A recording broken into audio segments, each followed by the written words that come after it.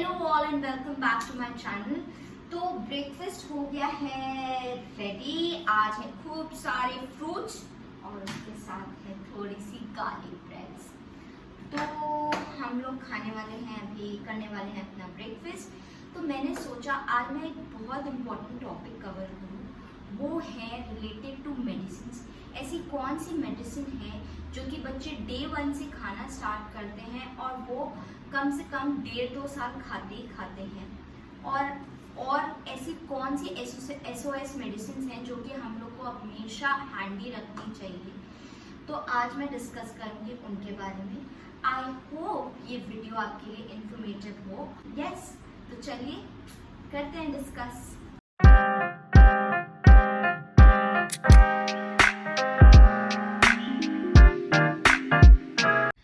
आइए बात करते हैं बच्चों की मेडिसिन के बारे में। तो अब 2 तरीके की मेडिसिन हो गई, एक मैंडेटरी मेडिसिन जो आपको देनी ही देनी है और आप डे 1 से देते हो, और कुछ ऐसी मेडिसिन हो गई जो कि हमें रखनी पड़ती है अपने घर में फॉर एनी SOS सिचुएशन। तो बच्चों की जो मेडिसिन की डोजेज होती है वो डिपेंड करती है उनके वेट पे। तो पीडियाट्रिशियन आपके बच्चे का वेट देखेगा and accordingly he will tell you कि भाई इतने डोजेज में आपको अपना इतना डोज देना है इस दवाई का बच्चे को। तो ऐसी कौन सी मेडिसिन है जो कि मैं अपने दुआ को डे 1 से दे रही हूँ, वो है vitamin D3 drops by D प्योरा किट। तो ये मैं दुआ को 0.5 ml दे रही हूँ, उसको डे 1 से मैं ये दवाई दे रही हूँ and he still taking it. वो 14 मंथ्स ओल्ड है और वो अभी भी ले रहा है। Now his vaccination is due on 14th April। तो हम लोग दोबारा पीडियाट्रिशियन से पूछेंगे कि if it all we have to continue this. तो accordingly will take the action and हम लोग फिर स्टार्ट करेंगे इसका course. Now the second medicine is calcarea phosphorica. So calcarea phosphorica is for teeth. तो ये मेडिसिन मैंने दुआ को दी है 6 महीने के बाद, जब मुझे लगने लगा कि उसके गम्स टच करके कि हाँ उसके दांत निकलने वाले हैं। और उसकी जो मालिश करने वाली आंटी जो आती थी उन्होंने भी गम्स को चेक किया एंड शी सेड कि हाँ अब हम ये दवाई स्टार्ट कर सकते हैं। तो ये दवाई मुझे किसी पीडियाट्रिशियन ने नहीं बताई, ये दवाई आपको आपकी नानी, दादी, मम्मी सब बता सकते हैं क्योंकि उन सब ने हम लोग को ये दवाई खिलाई हुई है। तो ये दवाई हैज़ बीन वेरी हेल्पफुल।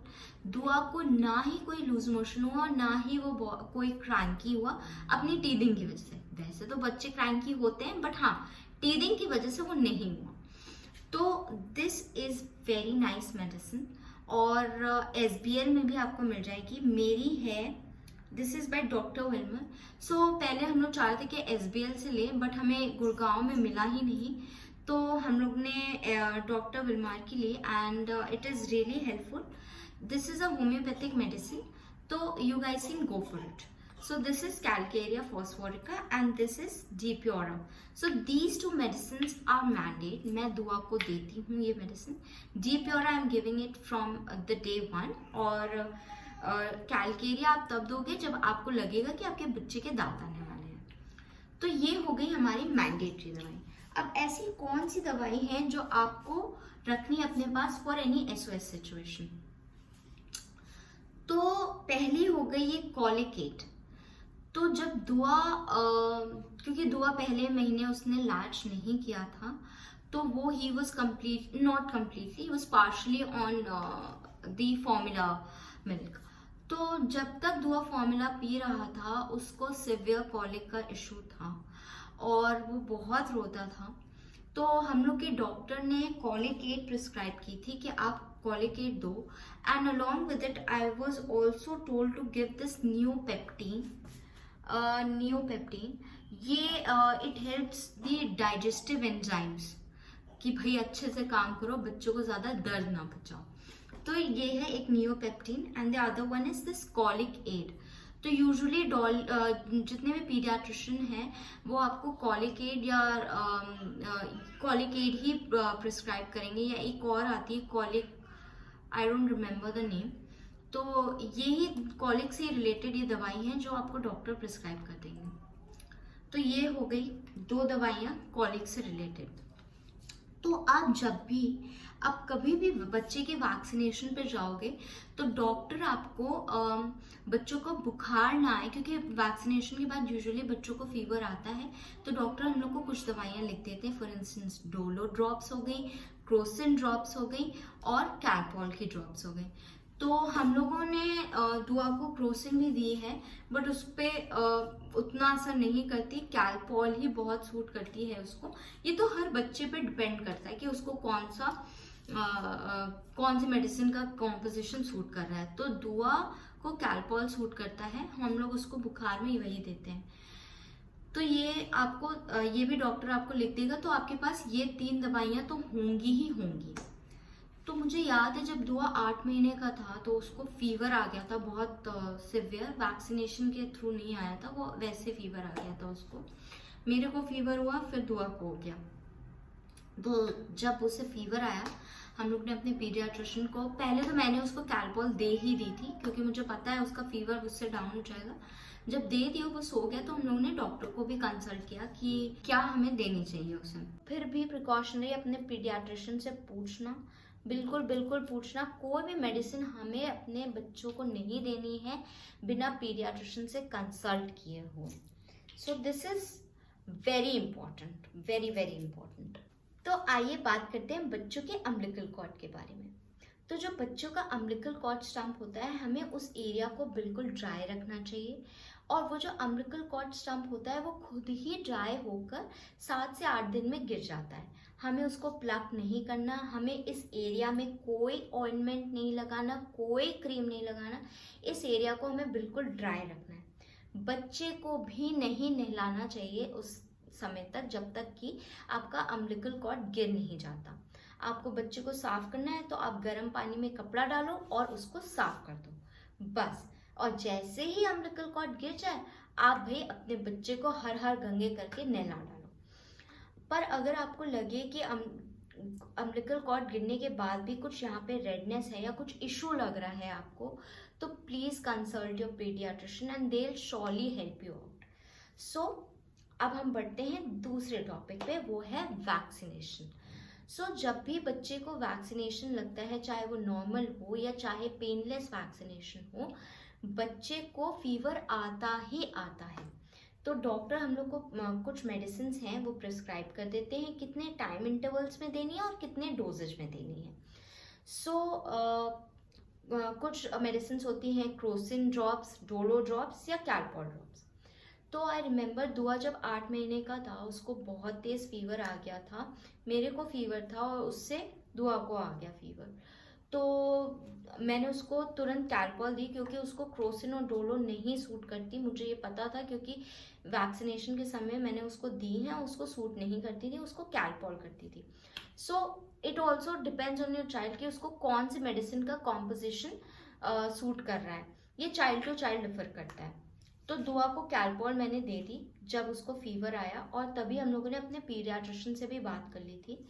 और उन्होंने हमें बोला कि एक लेवल के बाद हमें उसको कैलपॉल हटा के मैक्स्ट्रा पे शिफ्ट करना है, और अगर मैक्स्ट्रा से भी ना हो और फीवर ज़्यादा हो जाए तो इबियोजेसिक प्लस देनी है। बट दुआ का फीवर सबसाइड हो गया था, हमने उसको कैलपॉल में ही कैलपॉल ही दी, मैक्स्ट्रा भी नहीं दी, और उसका फीवर एकदम सबसाइड हो गया था।